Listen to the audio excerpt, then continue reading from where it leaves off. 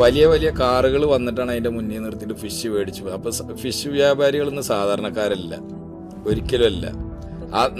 ആ രീതിയിലേക്ക് ഇപ്പോൾ നിങ്ങളിപ്പോൾ എറണാകുളത്തൊക്കെ യാത്ര ചെയ്തതിനെ കാണാൻ പറ്റും. എറണാകുളം വേണ്ട, ഇവിടെ നമ്മൾ ഈ മേഖലയിലൊക്കെ ഉണ്ട് പല സ്റ്റാളുകളും. വാങ്ങുന്ന സ്ഥലത്തും വൃത്തിയുണ്ട്, വിൽക്കുന്ന ആളുകളും വൃത്തിയുള്ളവരാണ്, നല്ല ഫിഷുമാണ് ഇപ്പോൾ ലഭിക്കുന്നത്. ആ രീതിയിലേക്ക് മാറി. അപ്പം ഞങ്ങൾ തന്നെ അതെ തീർച്ചയായിട്ടും. അപ്പം ഞങ്ങളെല്ലാ വണ്ടികളും ഇൻസുലേറ്റഡ് വണ്ടികളാണ്. പണ്ട് കാലത്ത് അങ്ങനെ ആയിരുന്നില്ല.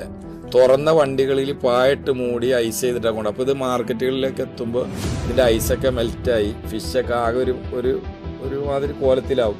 ഇന്ന് അങ്ങനെയല്ല, ഞങ്ങൾ ഐസ് ചെയ്ത് പാക്ക് ചെയ്ത് ടൈറ്റ് ചെയ്ത് കയറ്റി കഴിഞ്ഞാൽ ഇത് നാളെ മറ്റൊന്ന് ഇത് ഏത് മാർക്കറ്റിലാണ് നമ്മളിത് സെല്ല് ചെയ്യുന്നത് അവിടെ എത്തിക്കഴിഞ്ഞാൽ ഞങ്ങൾ ഇവിടുന്ന് എങ്ങനെയാണോ ഫ്രഷ് പർച്ചേസ് ചെയ്തത് അതേ രീതിയിൽ അത് അവിടെ എത്തുമ്പോൾ ആളുകൾക്ക് കാണാൻ പറ്റും. ആ രീതിയിൽ അവർക്ക് അത് മേടിച്ച് ജനങ്ങളിലേക്ക് എത്തിക്കാൻ പറ്റും. ആ രീതിയിലേക്ക് ഇന്ന് മാറി. അല്ലാതെ ഇതൊരിക്കലും ഇതൊരു മോശം ബിസിനസ്സായിട്ട് ആരും കാണുന്നില്ല.